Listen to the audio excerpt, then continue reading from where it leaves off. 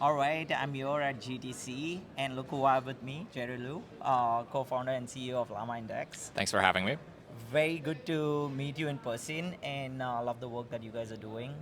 Definitely wanted to chat more about what's happening at LlamaIndex, what's new, and just learn more about what's coming up in the LLM world.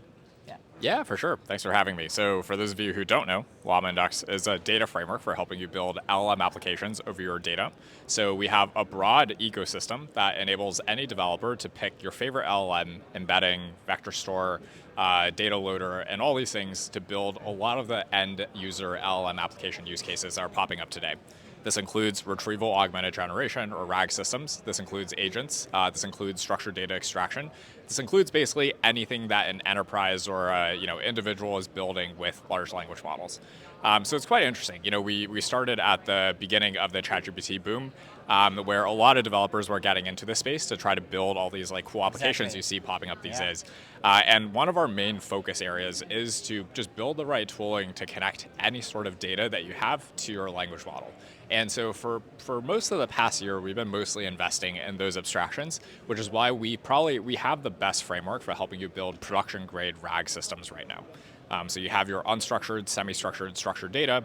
We have the best tooling and best flexibility level for you to basically take and pick and choose any of these components to build very advanced custom RAG systems. Fantastic, and thanks for those insights as well. Because that's what I've been hearing a lot about as well, like RAG, vector database. But how do you see the customers looking at it? Like a little about that, if you can share. Yeah, so some of a lot of enterprise use cases actually start off with RAG.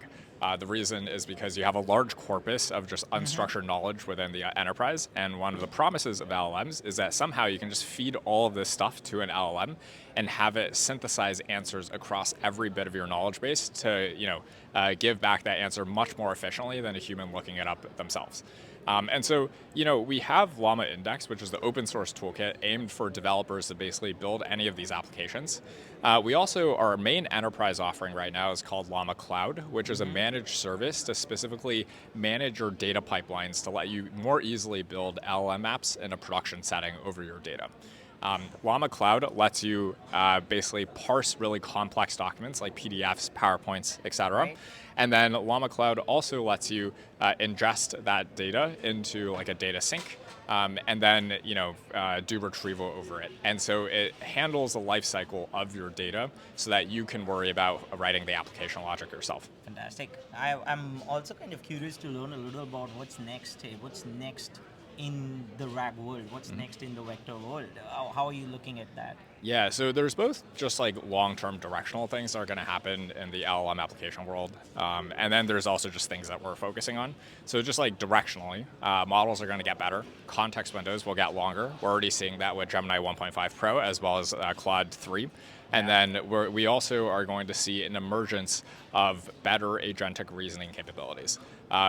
GPT-4 and Claude 3 are probably the most reliable LLMs for actually building anything that's agentic right now. So doing function calling, chain of thought, we're going to see more and more of that, and hopefully more open source, like reliable open source models with smaller numbers of parameters be able to reliably compute and perform agentic actions.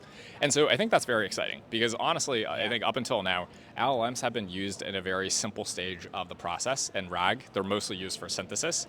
If you can somehow use them for reasoning at every stage of the pipeline, from query understanding to routing to chain of thoughts to tool use to function calling, and do that all in a repeated loop, then you have just a wide range of application possibilities to go after.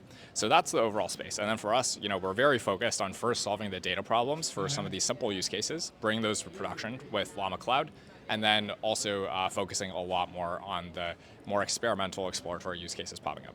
Yeah, love to always hear when you kind of start with solving a simple problem and then getting into the way bigger problems out there. So that's awesome. One last question for you. I'm pretty sure the audience would love to know a little about if you guys have a newsletter that they can follow, or if they can reach out to you somehow and learn more about the space. Yeah, so just some call to actions, right? If you're an enterprise with a lot of document processing needs, please sign up on our contact us form on the website.